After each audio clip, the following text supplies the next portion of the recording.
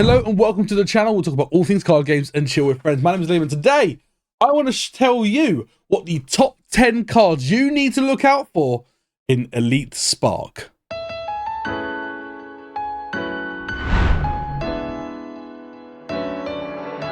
Now, if you are new to the channel, please consider hitting that subscribe button. And if you enjoyed this video, please let me know by hitting that like button. Check out my other socials, links in the description. And if you want to support the channel even further, please consider becoming a member and hitting that join button down below. But let's jump straight in. So we have just had the release of Elite Spark, the third set for the English edition of Hololive OCG back on the 19th of December. And obviously people have been saying that as a set, it is pretty weak. Obviously set 1 brought us a lot of amazing cards. Set 2 brought us some more amazing cards. And set 3 isn't as good. But there are definitely some important cards that you do need from set 3, and I want to make sure that I shared my ranking of those from my top 10 cards that you need from Elite Spark. Before we jump in though, do you enjoy these sort of videos and these more informative ranking videos? If you do, please make sure you hit that like button and let me know in the comments below what sort of rankings I should do next. I will be having an updated tier list video happening in the next couple of weeks. I've got quite a bit to prepare for that. So I will have a updated tier list probably in the new year, but that will be happening. And if you've got any other ideas of like ranking videos or other types of discussion topic videos that you would like me to do on this channel, please let me know in the comments below. I genuinely want to hear what you guys want to like watch and what content you want to consume. And is there something that I've missed doing so far, or something you think I could be doing that's a bit more uninteresting? I don't know, maybe something like, I don't know, like a quiz style thing. I don't know, something like that. If there's anything that you think I could do, let me know in the comments below, or let me know on my Discord server. But without further ado, let's start on number 10. In my opinion, is Dual Monitor PC. It is one of the new limited support cards with the effect reveal 1 to 2 debut holomem with the extra keyword or extra rules. You may include any number of this holomem in the deck, i.e. your unlimited debuts, search for those from your deck and place them onto your stage and shuffle your deck. So basically it's a double normal PC is the best way of putting this, but it is limited to unlimited debuts. And unfortunately, given this is my number 10, we were scraping the barrel a little bit. Like, this card is fine. It automatically gets updated and upgraded come set 5 with friendly PC, which we'll discuss when set 5 comes around. But now it's fine. Some decks might run it, a lot of decks won't, but it's a nice card to have, and it looks very nice in S. I did pull one on my stream, and it does look very pretty. Moving on to number 9, another PC, Gorgeous PC. Again, another limited card where you can only play this card if you archive one of your holo power, i.e. spend 1 holo power, and you get to reveal a first holomem with the same color as your Oshi holomem from your deck and add it to your hand and shuffle your deck. Now notice that that can be a first buzz, which is kind of nice, and it's one of the very first search cards we've had, or specific, well, not say specifically, that allow you to get buzz holomem. It's fine, like it's absolutely fine, and it can be used alongside or in place of Amazing PC, where some decks do use Amazing PC where they want to find a first or second bloom specifically. But Gorgeous PC, if you're not running second blooms, Gorgeous PC in my opinion is just outright better, especially if your Oshi doesn't require a lot of holo power. So yeah, Gorgeous PC is not a bad card, and some decks do indeed run this. I know if you are playing Iroha and you've upgraded your Iroha deck profile, this is definitely a card that you could include in order to find your Buzz Iroha. And there are other decks that do like using this card. So again, it's not every deck that will use it, but it is a card that's worth having at least a playset of, so you can put 1 or 2 in the odd deck here and there. Yeah, it's not a bad card. It's not a bad card at all. Going to number 8, our first holomem on this list, I'm looking at the Hiyadoshi Owl first Buzz. And the reason why I include this is because in set 4, we get Raden and we get Ririka, 2 very good regloss Oshis. And both of these decks would benefit from a little bit of cheer amp, especially Raden. Not so much Ririka, because you have access to Struggle Meal, which you'll see that when set 4 comes around. But Radin does need some cheer ramp, and the way you can do that in Regloss is by this card. Basically, just on Bloom, you get to reveal a cheer from your cheer deck with the same color as your center Holomem with Regloss, and then send it to your Holomem with Regloss, and then shuffle your cheer deck. So you have to search the same color as whatever in your center Holomem, but then that cheer can go to any of your Regloss Holomem, which is kind of nice. And you would run a little bit of blue just in case Al does end up in the center. And then her art, honestly, I don't really care about the art. You are using this for the Bloom effect. Again, for the cheer ramp, it's what Regloss have access to, and it's Regloss, not a bad card at all.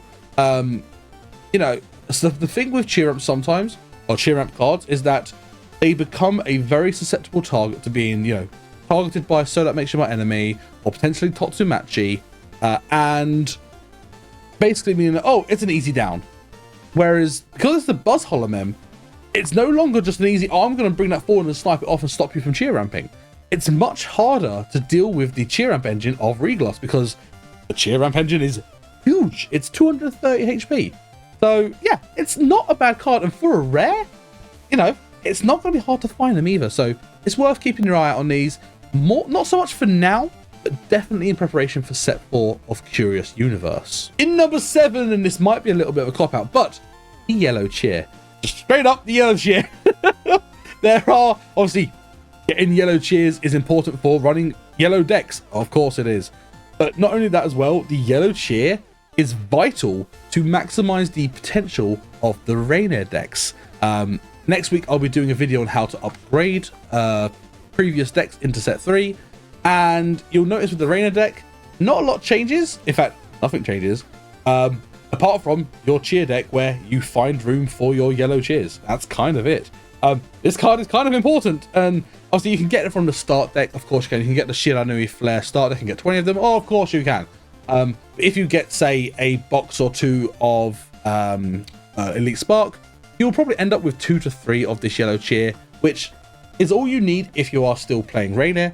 If you obviously need more of that, then 100% make sure you get the Flare start deck. But yellow cheer, indeed, is important. On to number 6, and this is one of the first cards in terms of Holomems that is a one card that they got that upgrades their deck, and that is the Usada Pekora Burst Buzzed. Column effect, you may roll a die. If it is even, reveal a fan from your deck and add it to your hand, and then shuffle the deck. Kind of nice. And for 1 green, 2 colorless, cheer 80 damage, where if a die was rolled once or more by the ability of one of your Pekora, not just this Pekora, any Pekora, the art gains plus 40 damage. So it goes from 80 damage to 120, and it's 230 HP. This was the secondary extra attacker that Pekora needed going into set 3. Beforehand, Pekora was reliant on a second Holomem, usually going down the lines of Iraha. Now with this card, you can actually play Mono Peko, and it's actually not a bad deck. It's a pretty good aggro deck.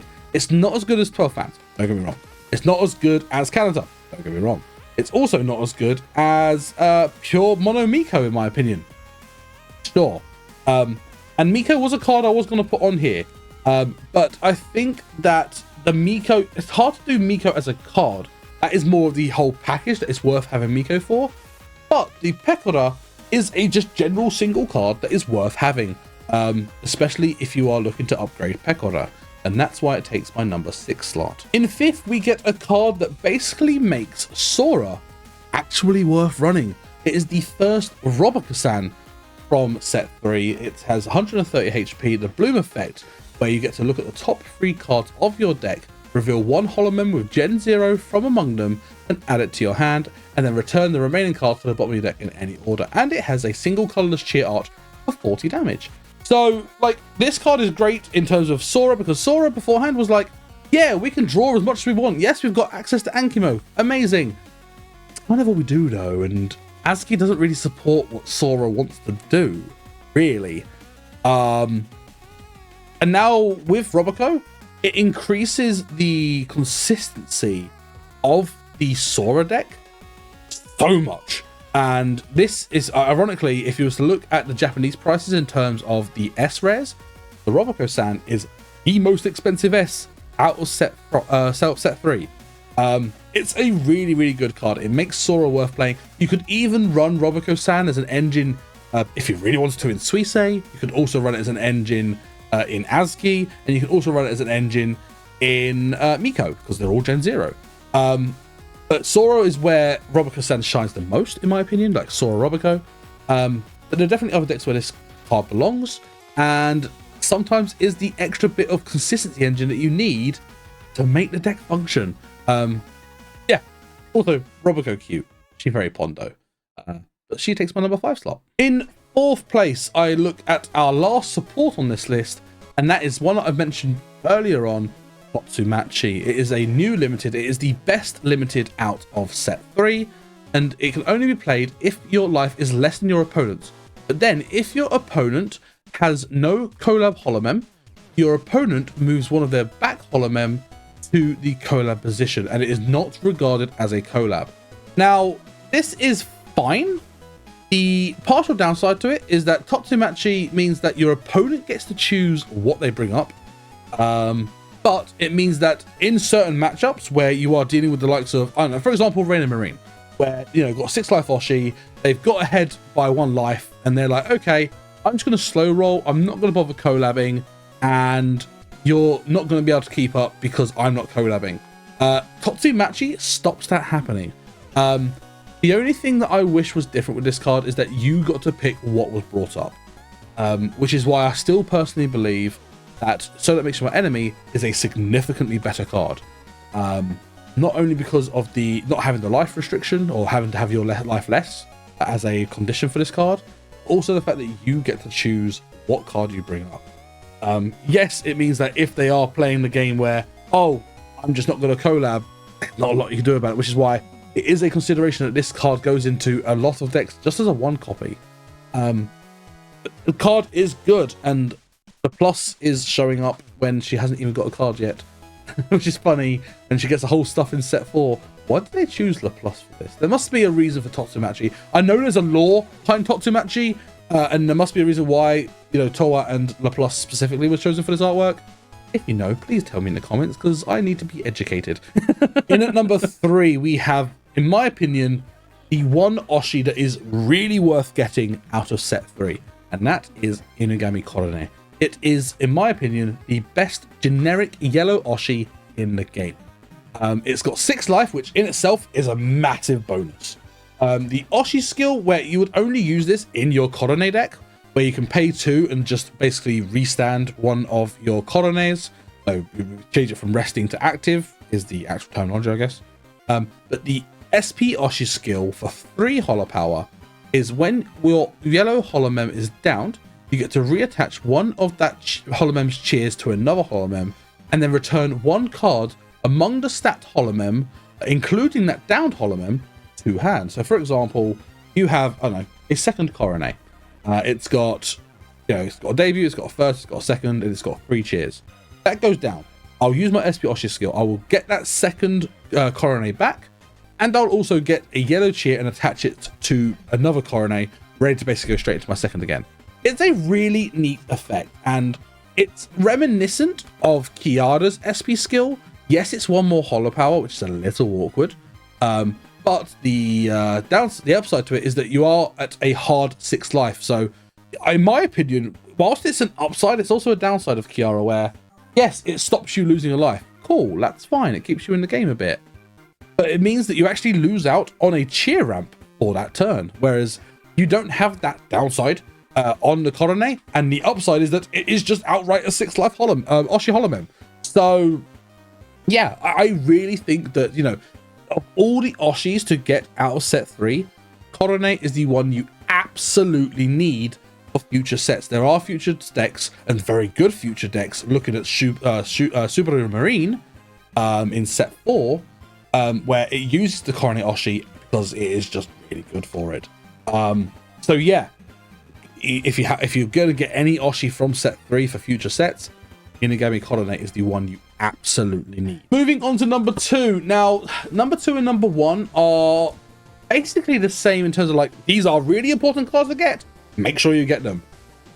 Personally, though, in terms of why I've ranked these the way I have, I think the impact this card has from the old deck to the new deck by including this card, I think the impact is less with this card compared to in my number 1 slot. Number 2 slot goes to the new first bloom for Hoshimachi Suisei. 150 HP bloom effect. Look at the top 4 cards of your deck, reveal 1 Hoshimachi Suisei from among them, add it to your hand, and put the rest in the bottom of your deck in any order.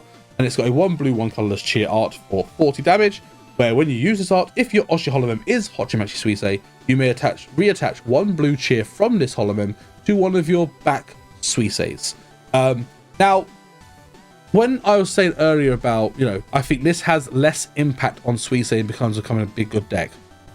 What I mean by that is that Suisei is already a really good deck. This just fine-tunes the one issue it had, which was its consistency of getting the Suisei second to your hand. And that is a small tweak, but it makes a big difference in terms of making the Suisei from like a high tier 2 deck to a, one of the top 3 decks of the format. And it was already beforehand one of the top decks of the format, but this card basically helps you keep up with the likes of Rainek quite nicely. Whereas my first position slot goes to the first bloom Takanashi Kiara, and this card, so 140 HP, on bloom you get to reveal 1 to 4 Kiara from your deck and put them into your archive, and then shuffle the deck. And then you've got a 1 red cheer, 1 colorless cheer art for 50 damage. Now, the reason why this takes the number 1 slot over Suisei is that Kiara beforehand, Mono Kiara, was a low tier 2 to a high tier 3 deck. This single card makes the deck turn into a tier 1 deck. So the progression from deck pre set 3 to post set 3. For example, this is Suisei, this is Kiara. Suisei goes, yeah, cool, up. Kiara goes, yeah, I'm up here too. And that inclination is much greater. That rate of improvement is much greater with Kiara than it is with Suisei. And that's why Kiara takes my number 1 slot. And the great thing about those last 2 cards, they are both rares. So they are very easy to get. You only need 4 copies of it because they don't really go in any other decks. They're not going to be ridiculously expensive. The only thing that will be is Suisei, because also Hoshimachi tax. And that's also another reason why it goes lower, because it's going to be harder to buy, because they're going to probably be like $3 to $4 a card, whereas the Kiara is probably going to be $1 to $2 a card. And that's why, in my opinion, Kiara should be a priority, because it's going to be cheaper to get. But that is it. And that is my top 10 cards that you need from Elite Spark, the 3rd set from Hololive OCG. What do you think? And would you add any cards to this list? Do you think I got any of the cards wrong on this list? Let me know in the comments below. And please share your opinions and share this video around as well. But that's it for this video. Thank you so much for watching. Again, if you are new here, please consider hitting that subscribe button. We've recently just hit 4,800 subscribers. Thank you so much. There is still a possibility of hitting 4,900, maybe even 5,000 by the end of the year. We haven't got much time left. Please share this video around and see if we can get there. But yeah, if you enjoyed the video, hit that subscribe button. And if you really enjoyed this video, hit the like button. Check out my other socials, links in the description. And if you want to support the channel even further, please consider becoming a member, hitting that join button down below. And apart from that, thank you so much for watching. And I look forward to seeing you in the next one.